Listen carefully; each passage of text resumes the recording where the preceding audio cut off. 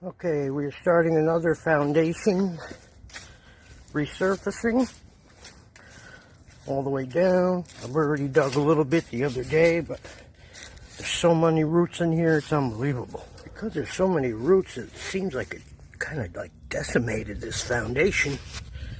That's an actual brick.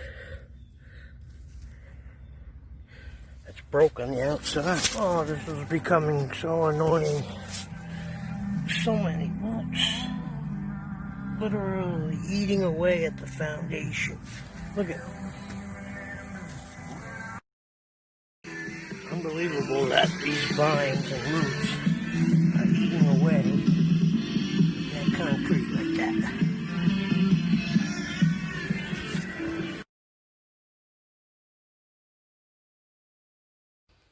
Okay, so here's where we ended up yesterday.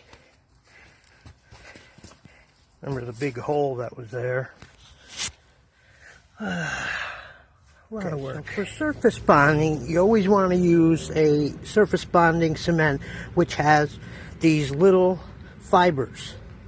These little fibers are what helps keep it together. It's almost like a mini rebar type thing. It also helps it cling to the wall and stay where you put it. The last product I like to use is once I get to almost my consistency, I'll take this concrete bonding adhesive. I like to explain it as like almost an Elmer's glue for concrete. It helps the actual stuff get a little bit stickier for the wall, and you also put a little of this on the wall. I use a paintbrush, and then the two adhere together a lot easier.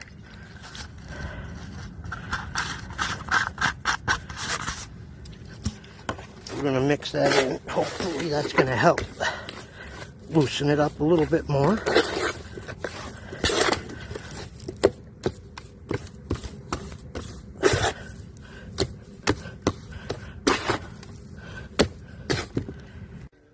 Okay, so I got the hole partially filled and I started the resurfacing. Look at it from here. So unfortunately today is too cold to really work with concrete. So what I did is I built a little tent, and I've got my propane salamander pushing heat in there. It's actually working very well. And I put some hot water on the wall, so we should be good. I feel like I'm on Survivor, but I need to keep the temperature it's not as cold today as it was yesterday, but this really works wonders. It's amazing. That wall's nice and warm. Helps keep the concrete to cling to the wall. Okay, so once you get to a certain point, we use what we call dry lock. And this is a white tintable, so I had it made into gray. And then you seal your whole foundation with that. Okay, I'm about to share a secret with you that I've never really showed you guys on my last resurfacing.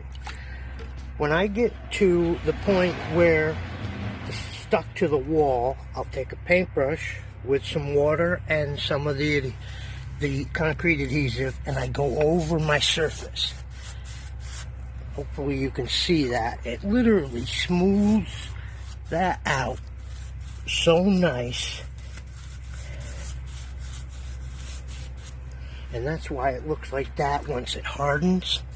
And it's good to keep your concrete wet. The wetter it is, the longer it's wet, the harder the concrete will be, and that will adhere to that wall really good.